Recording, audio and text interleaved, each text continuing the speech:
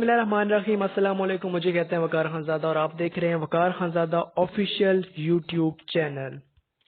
आज हम विल के टॉपिक पे डिस्कस करेंगे और इसमें हम विल की डेफिनेशन देखेंगे, विल कैसे बनाई जाती है और इसके मुख्तलिफ असेंशियल और रेवोकेशन के हवाले से बात करेंगे। So the question is definition of will, who can make will and essential and limitation upon will. So, under the Islamic rules of law, will mean the legal declaration of the intention of a person toward his property, which he wants to be handed over to whom after his death. It is a one-sided document and take effect after the death of the testator. Testator means the person who will make will. Due to any reason, this document can be cancelled or altered by the testator at any time before his death.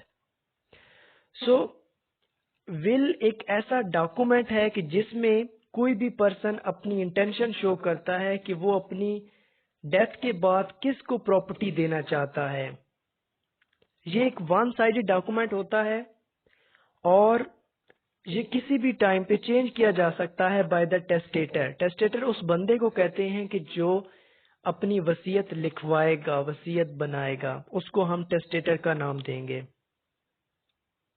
इसमें movable और immovable दोनों property हो सकती हैं। Definition of will.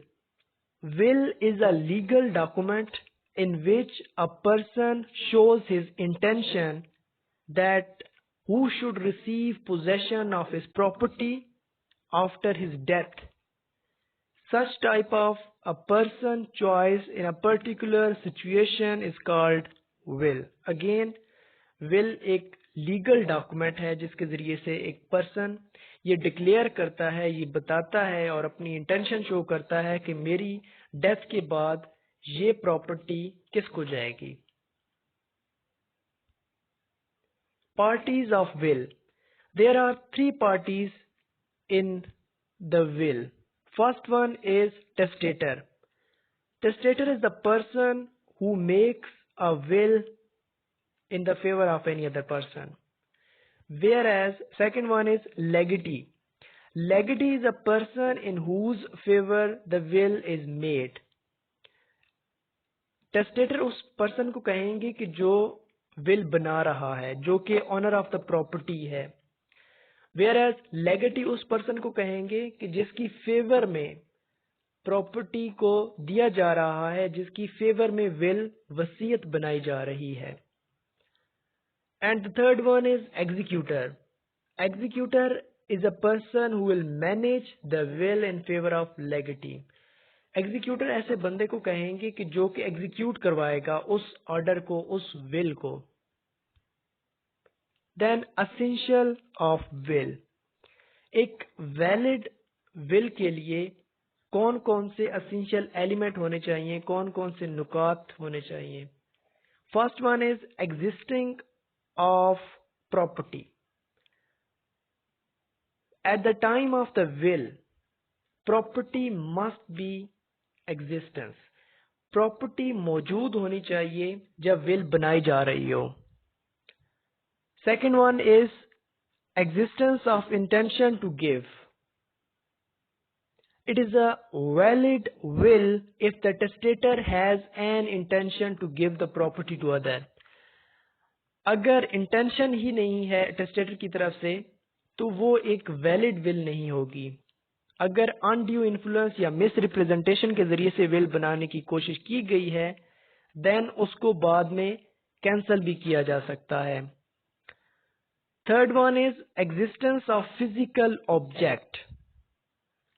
It is a valid will if the thing is in existence at the time of transfer and must have physical object such as car, building and money. Physical object mean that वो particular property कि जो कि will की जा रही है at the time of will वो मौजूद होनी चाहिए। Then ownership of the testator. Testator is the owner of the property and has a complete control over the property by excluding all others. Will बनाने के लिए ये जरूरी है कि जिस प्रॉपर्टी को बेस बना के विल बनाई जा रही है वो प्रॉपर्टी ओनरशिप में होनी चाहिए, टेस्टेटर की ओनरशिप में वो प्रॉपर्टी होनी चाहिए। Then fifth one is does not effect legal heirs. A will be a valid will if it does not affect the legal shares of the heir. If it affects the share of the legal heirs, then it is not a valid will. यहाँ पे legal heirs और उनके share की बात की गई है। According to inheritance law जो शेयर्स बनते हैं लीगल heirs के उनको कोई असर नहीं होना चाहिए, उनके शेयर पे कोई असर नहीं पड़ना चाहिए। विल बनाते हुए टेस्टेटर को ये ख्याल रखना चाहिए कि वो अपनी प्रॉपर्टी का 1/3 हिस्सा ही दे सकता है, इससे ज्यादा नहीं दे सकता, क्योंकि अगर इससे ज्यादा वो किसी एक पर्सन को देगा जो कि लीगल हेयर भी नहीं है, अगर वो 1/3 से ज्यादा देगा तो बाद में लीगल हेयर्स उसको चैलेंज करके चेंज भी करा सकते हैं उस विल को after the death of the testator. अगर लीगल हेयर्स को कोई इशू नहीं है इस विल से, अगर वो 1/3 से एक्सीड कर रही है, then it can be accepted by the court of law. Then sixth one is not in favor of legal heirs.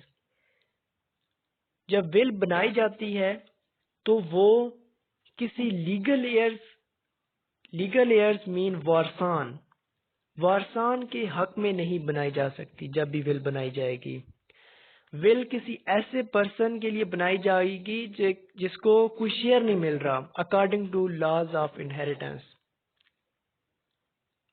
Then last one is 1/3 of the total property. Again वही बात कि will 1/3 से exceed नहीं करनी चाहिए। अगर will में property 1/3 से एक्सीड कर रही है, then it cannot be a valid will. Limitation of will. Certain limitation apply की जाती हैं will के contract के ऊपर। First one is in case of legal heirs. अगर legal heirs को will की गई है, then it is not a valid will. Because ये एक असेंशियल एलिमेंट है कि जब भी आप विल करेंगे, जब भी आप वसीयत करेंगे, तो आप वारसान के हक में वसीयत नहीं कर सकते। In case of unborn baby, कोई भी ऐसा बच्चा जो अभी इस दुनिया में नहीं आया, उसकी फेवर में आप विल नहीं कर सकते। That is the limit will be apply on will. Next one is in case of any condition, any testator cannot make a conditional will in favor of other. If he makes conditional will in favor of other, then it is not a valid will. Conditional mean मशरूत, कोई condition उस पे लागू कर दी जाए will के ऊपर, उसको भी valid will नहीं कंसिडर किया जाएगा।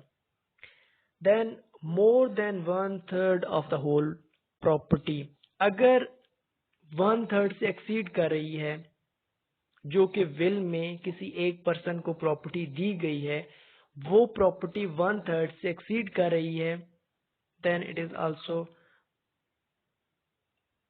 not a valid will. Next one is who can make will. So will और गिफ्ट दोनों ऐसे डॉक्यूमेंट्स हैं कि जिनको बनाने के लिए एक पर्सन में वो तमाम की तमाम एबिलिटीज होनी चाहिए जो कि कंट्रैक्ट बनाने के लिए लाजमी होती हैं। So first one is sound mind.